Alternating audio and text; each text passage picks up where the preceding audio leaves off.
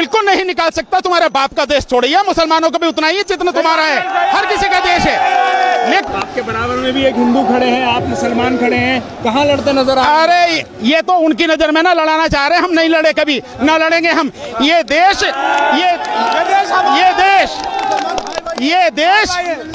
देश भिन्न भिन्न फूलों का, अलग अलग फूलों का गुलदस्ता है। जमीयत उलेमा हिंद को कि कम से कम उसे ये समझ में आया कि उसे लड़ाई कैसे लड़नी चाहिए। आज से पहले जमीयत को समझ में नहीं आया था कि उसको लड़ाई कैसे लड़नी है। यही बात मैं पूछना चाहता हूँ, क्यों नहीं आया? पर मैं कहता हूँ भैया, सुबह का भूला शाम को घर आ जाए तो उसे भूला नहीं कहते। भैया आज भी आगे तो बहुत बढ़िया हो गया। अमित शाह की बात पर कैसे विश्वास कर लें, मोदी की बात पर कैसे विश्वास कर लें? 2014 का इलेक्शन भूले तो नहीं हो गए आप सारे के सारे? तो अमित शाह कहते होंगे भैया तुम विश्वास के काबिल नहीं हो, इस सत्ता को छोड़ो, तुम्हारे बस की सरकार चलानी नहीं है। हिंदू मुसलमान सब एक दूसरे के गले मिलते हैं और आज भी हम एक दूसरे के गले मिलते हैं। हमारी स्कूल क्लासेज में भाई की तरह हम एक प्लेट में खाते हैं। आज भी हमारे यार दोस्त हिंदू है बहुत।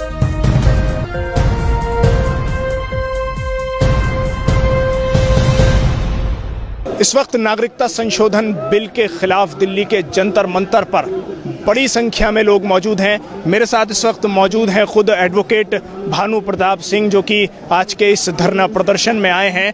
क्या मांग है, क्या डिमांड है? नागरिकता संशोधन बिल पास कर लिया गया लोकसभा से भी, राज्यसभा से भी। ऐसा है, पास होने से ये नहीं होता कि वो पूरी तरह से कन्फर्म हो गया। इस देश में कितने ही कानून बनते रहे हैं और संसद के माध्यम से खत्म भी होते रहे हैं। अगर कोर्ट भी नहीं करती तो संसद के माध्यम से खत्म होते हैं। तो इसे ये ना समझें कि साइन हो गए राष्ट्रपति के तो फाइनल हो गया। दूसरी बात, मांग बहुत सीधी सी है, इस देश को बांटना छोड़ो, हिंदू मुस्लिम की राजनीति छोड़ो, जो काम तुम्हें करना है वो करो। ये जो आप लाए हैं सिटीजनशिप अमेंडमेंट बिल, जो विधेयक बन चुका है, इसे वापस लो आप। और जो एनआरसी की बात करो, एनआरसी होने नहीं देंगे।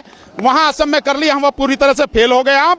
और उसी में जो फेल हो गए हैं, वहां पे जो लगभग 15 लाख जो हिंदू बाहर हो गए इससे, एनआरसी से, उसको ठीक करने के लिए आप ये सिटीजनशिप अमेंडमेंट बिल लाए हैं, कैब लाए हैं। हम ये किसी हालत में होने नहीं देंगे। सरकार को चेतावनी है, इसको वापस ले। नुकसान क्या है नागरिकता संशोधन बिल का? क्या है मुझे ये बताइए। आप देश को बांट रहे हैं, किस में बांट रहे हैं आप कह रहे हैं अफगानिस्तान, पाकिस्तान और जो बांग्लादेश से जो बौद्ध हैं, हिंदू हैं, जैन हैं, सिख हैं, ईसाई हैं, पारसी हैं, वो अगर आएंगे आप उनको नागरिकता देंगे। आप मुसलमान को क्यों नहीं देंगे? मुसलमान को अलग क्यों रखा हुआ? मुसलमान इस देश का नागरिक नहीं है क्या? मुसलमान ने इस देश के लिए कुर्बानी नहीं दी है क्या? अगर आप इंडिया गेट जाके देखो तो जिसमें हजारों की संख्या में नाम लिखे हैं, उसमें 60% से ज्यादा मुस्लिम शहीदों के नाम हैं, है नहीं है? तो आप उन्हें अलग कैसे रख रहे हैं? तो ये भेदभावपूर्ण नीति है। दूसरा, आप इसको लाने से पहले कोई भी आप काम कर रहे हैं, आपके पास कोई रिपोर्ट होनी चाहिए, आपके पास कोई सर्वे होना चाहिए। सरकार के पास कोई सर्वे नहीं है। बताए सरकार क्या सर्वे कराया कि इन तीनों देशों में जो आप धार्मिक कह रहे हो कि धार्मिक उनके साथ जाति हुई है, उनके साथ में धर्म के आधार पर बहुत बुरा व्यवहार हुआ है, आपने कोई रिपोर्ट करी है? कोई रिपोर्ट है आपके पास में? या आपने वहां की सरकार से, पाकिस्तान, अफगानिस्तान, बांग्लादेश की सरकार से कहा भी तुम धार्मिक अत्याचार क्यों कर रहे हो इन लोगों पर? अगर ये करोगे तो ये ठीक नहीं है। सरकार ने बात की? कोई सरकार ने बात नहीं की। क्या आपने अंतर्राष्ट्रीय स्तर पे ये बात उठाई कि भाई इस तरह के जो अत्याचार हो रहे हैं वो अत्याचार नहीं होने चाहिए और इसके लिए इन तीनों देशों को जो है इनके खिलाफ जो है कार्रवाई की जानी चाहिए? आपने कुछ नहीं। क्यों? क्योंकि है नहीं, असलियत में नहीं है। और आप धार्मिक अत्याचार की बात करो, तुम्हारे अपने देश में कितना तुम धार्मिक अत्याचार कर रहे हो, इसे अपने गिरेबान में झांक के देखो। आप जो आप देश की हालत आपने कर दी है। आप मुस्लिमों के साथ अत्याचार कर रहे हो, आप दलितों के साथ अत्याचार कर रहे हो, आप बैकवर्ड के साथ में अत्याचार कर रहे हो। किस किस के साथ में अत्याचार नहीं कर रहे आप? यहाँ तक कि आप हिंदुओं के साथ में भी अत्याचार करो। करोड़ों की नौकरियां खा गए, वो सारी की सारी उनकी थी, हिंदुओं की नहीं है। जिन हिंदुओं के लिए आप बात करते हो उनकी भी तो थी, उन्हें खा गए। क्या उनके साथ में अत्याचार नहीं है? ये जो बहन बेटियों के साथ हर 4 मिनट में अत्याचार हो रहा है, ये उनके साथ अत्याचार नहीं है? इसे कम कर पाए आप? नहीं कर पाए। आप कर भी नहीं सकते क्योंकि नीयत आपकी नहीं है, क्षमता नहीं है आप में, योग्यता नहीं है आप में, कोई नीति नहीं है आपके पास, कोई रणनीति नहीं है आपके पास में। आप केवल और केवल अपनी राजनीति चलाना चाहते हो हिंदू मुस्लिम बंटवारा करके, हिंदू मुस्लिम पोलराइजेशन करके। तो ये जो बिल है, न केवल मुस्लिम धार्मिक आधार पर जो आप कर रहे हो, हमारा देश धर्मनिरपेक्ष देश है। जो संविधान की प्रस्तावना में कहा गया है कि पंथ निरपेक्ष राष्ट्र यानी धर्मनिरपेक्ष राष्ट्र है। आपने उस एक मुस्लिम समाज को उसमें से निकाल के आपने धर्म के आधार पर बांट दिया। दूसरा, देश की एकता और अखंडता बनाए रखने की ये जो है मूल प्रस्तावना में है, संविधान की प्रस्तावना में, और गोलकनाथ वाला जो केस सुप्रीम कोर्ट ने डिसाइड किया उसमें साफ कहा गया है कि प्रस्तावना मूल ढांचा है और मूल ढांचे से छेड़छाड़ नहीं की जा सकती। तो आपने धर्म के आधार पर बांट दिया, आपने समानता का जो अनुच्छेद 14 में अधिकार है उसके आधार से बांट दिया आपने। इस हालत में, किसी भी हालत में ये बिल, ये सरकार ने जो कानून बना दिया बर्दाश्त नहीं करेंगे। आपके पास संख्या है, आपने कर दिया, लेकिन हम लागू करके दिखाओ, लागू नहीं होने देंगे। लेकिन साफ तौर पर अमित शाह ने जब अपनी स्पीच दी है, गृह मंत्री ने, उन्होंने कहा है कि जो बयानबाजी होती है वो मुसलमानों को भ्रम में ला रहे हैं, वो खौफ में ला रहे हैं, डरा रहे हैं। कोई डरने की जरूरत नहीं है, मुसलमान इस देश का नागरिक है, उसे कोई नहीं निकाल सकता। ऐसी स्पीच दी है। बिल्कुल नहीं निकाल सकता, तुम्हारे बाप का देश थोड़ी है, मुसलमानों का भी उतना ही है जितना तुम्हारा है, हर किसी का देश है। लेकिन जो आप बात कर रहे हैं, अमित शाह की बात पर कैसे विश्वास कर लें, मोदी की बात पर कैसे विश्वास कर लें? 2014 का इलेक्शन भूले तो नहीं हो गए आप सारे के सारे? 2014 के इलेक्शन में इन्होंने कहा कि एफडीआई लागू नहीं करेंगे, 100% एफडीआई लागू करी इन्होंने कहा आधार कार्ड लागू नहीं करेंगे, आधार कार्ड का विरोध किया, आधार कार्ड इन्होंने लागू किया, इन्होंने उसका जीएसटी का विरोध किया, जीएसटी लागू करी इन्होंने, जो बात कही उसके उलट काम किया। 2 करोड़ रोजगार की बात कही, एक को भी व्यक्ति इन्होंने रोजगार नहीं दिया, बल्कि लगभग 5 करोड़ से ज्यादा लोगों का रोजगार जिन्होंने छीन लिया। देश की आर्थिक स्थिति सही करने की बात थी, इन्होंने आर्थिक स्थिति का भट्टा बैठा दिया। लोगों के पास खाने के लिए पैसे नहीं हैं, और आज के दिन इस समय देश की हालत इतनी बुरी है कि लोग किस तरह से अपना जीवन यापन कर रहे हैं वही जानते हैं, दूसरा कोई समझ नहीं सकता।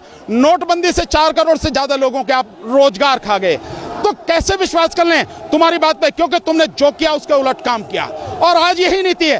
तो अमित शाह कहते होंगे भैया तुम विश्वास के काबिल नहीं हो, इस सत्ता को छोड़ो, तुम्हारे बस की सरकार चलानी नहीं है। लेकिन सदन में जब उन्होंने कहा तब तो किसी ने नहीं उनकी बात पर यह कहा कि भाई आप ऐसा नहीं करते हैं, ऐसा क्यों कह रहे हैं आप? किसी ने नहीं कहा। आप देखिए कपिल सिब्बल की बात सुनिए, आप कपिल सिब्बल जी का भाषण कीजिए। कपिल सिब्बल ने कहा कि वो सारी हम जानते हैं आपकी नीयत क्या है, आपकी नीति क्या है, आपका काम है लव जिहाद, वो भी हमने देखा। आपका काम है जी लव जिहाद है, घर वापसी है, ट्रिपल तलाक है, 370 है, और ये आप जो एनआरसी कर रहे हैं, और अब ये क्या, और फिर दोबारा से एनआरसी, वो सारी बातें कही गई हैं। लेकिन दिक्कत क्या है कि वहां पे संख्या बल उनके पास है, इसलिए पास करा लिया। सब लोग समझ रहे हैं, सब लोग इस चीज को जानते हैं, और किसी भी हालत में इस देश की जनता अब ये बर्दाश्त नहीं करेगी किसी हालत में। आप क्या कहेंगे जी नागरिकता संशोधन बिल पर? अरे ये तो बहुत गलत चीज़ है, ये मुद्दे से भटकाने का जरिया है। कौन से मुद्दे हैं जिनसे भटका रही है सरकार? रोजगार देने की, बस खाने पीने के रोजगार देने की, मुद्दे से भटकाने की चक्कर में ये बिल लाया जा रहा है ताकि आदमी आपस में लड़ जाए, हिंदू मुसलमान, और हम काम को ना दे पाए। आपके बराबर में भी एक हिंदू खड़े हैं, आप मुसलमान खड़े हैं, कहाँ लड़ते नजर आ रहे हैं? अरे ये तो उनकी नजर में ना लड़ाना चाह रहे हैं, हम नहीं लड़े, कभी ना लड़ेंगे हम। ये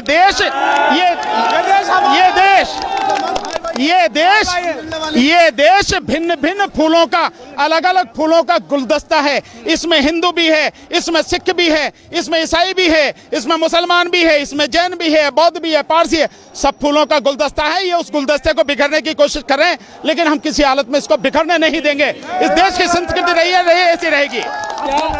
ये हिंदू मुसलमान की लड़ाई नहीं है।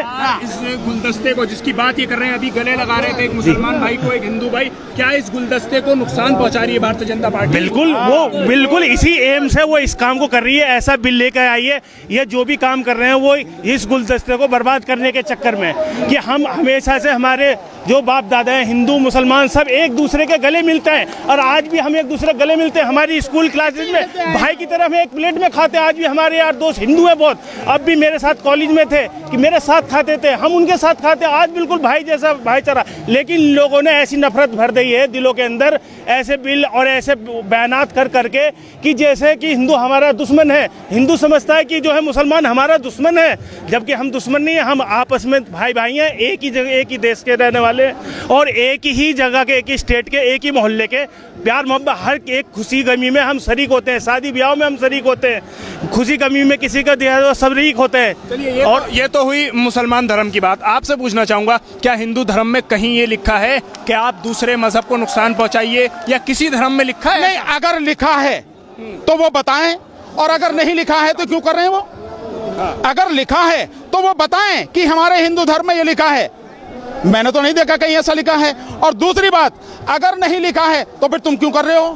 तो इसका मतलब ये है कि तुम समाज को बांटना चाहते हो। तुम्हारे पास इस देश की समस्याओं का हल नहीं है, तुम्हारे पास कोई रणनीति नहीं है, तुम्हारी कोई नीति नहीं है, कोई विजन तुम्हारे पास नहीं है जो लोगों को रोजगार दे सको, उन्हें सुरक्षा दे सको, उन्हें शिक्षा दे सको। इसलिए भटकाने के लिए तुम इसमें बांट रहे हो। और बीजेपी की, आरएसएस की शुरू से यही नीति रही है, इसके अलावा कुछ नहीं है।